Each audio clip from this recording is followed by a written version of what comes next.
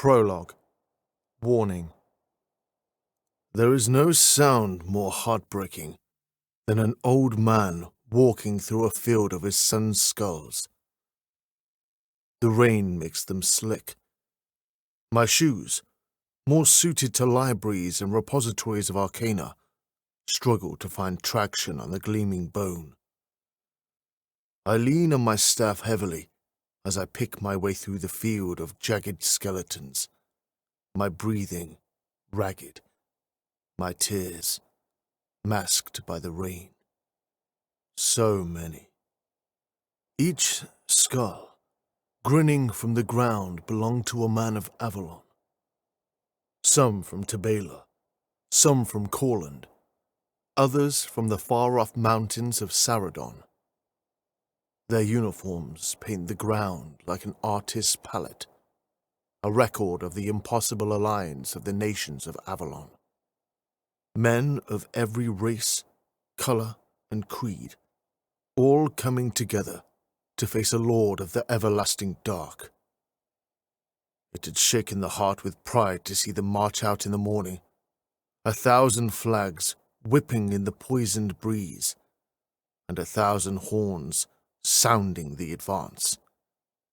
Then the day ended, and I saw that beneath our uniforms and the color of our skin, our bones are all the same. That had been yesterday. He did something to the rain. It tastes like an alchemist's laboratory smells, and has vastly accelerated the decomposition process. The flesh sloughs away from the bone like mud sluices away from rock in a stream, leaving behind the broken ivory and iron.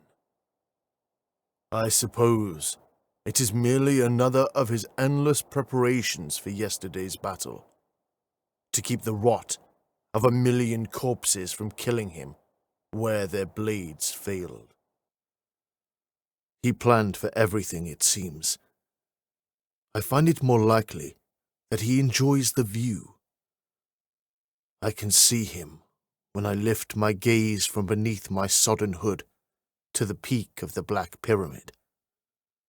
Only when green lightning claws through the sky, separating the false darkness from the true with a jagged spear of light, can I see the shadow that pretends to humanity's form. He stands alone, looking down on the abject ruin of a world with his eyes of ice. He stares at the twisted bodies of tens of thousands, and he does not blink. He waits, Acheron's bane sheathed on his back and his arms folded across his dark mail. The twisted skeletons of Avalon's greatest warriors and sorcerers lay around him, their skulls gaping at the broken sky.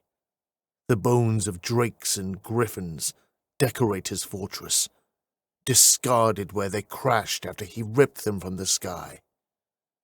He waits for more to come, and we have nothing more to send.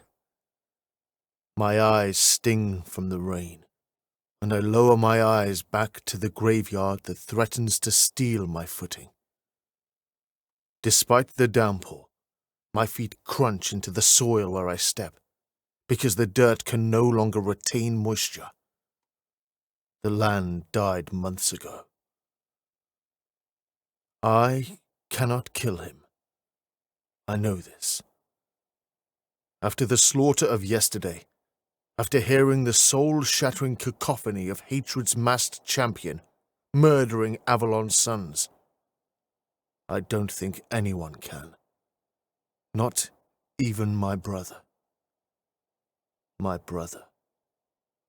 He is a flash of silver on the side of the pyramid, and I can hear him roaring in maddened grief as he pulls himself up the slick stones.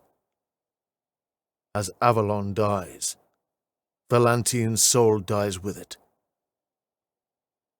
As the Scion, the protector of all Avalon, he alone suffers the true weight of what the everlasting dark has done. I cannot imagine his agony, nor how it must tear at his sanity. We have lost everything, and I weep. I write this now, muttering to my fey scribe as I stagger through the bones, to warn anyone who may come after us, anyone his purge has missed. Do not repeat our sins. We thought it dispelled by the strength of our light, but in truth, the dark was only ever a candle's breath away. It lurks beneath the skin of the world and strikes from the crimes we thought buried. I write this now, before I join Valantian on the altar of our ruin, to beg for forgiveness. We are sorry. Oh God, we are sorry. Last Testament of Gamel Sirius, High Chancellor of the Magi, brother of the Sion.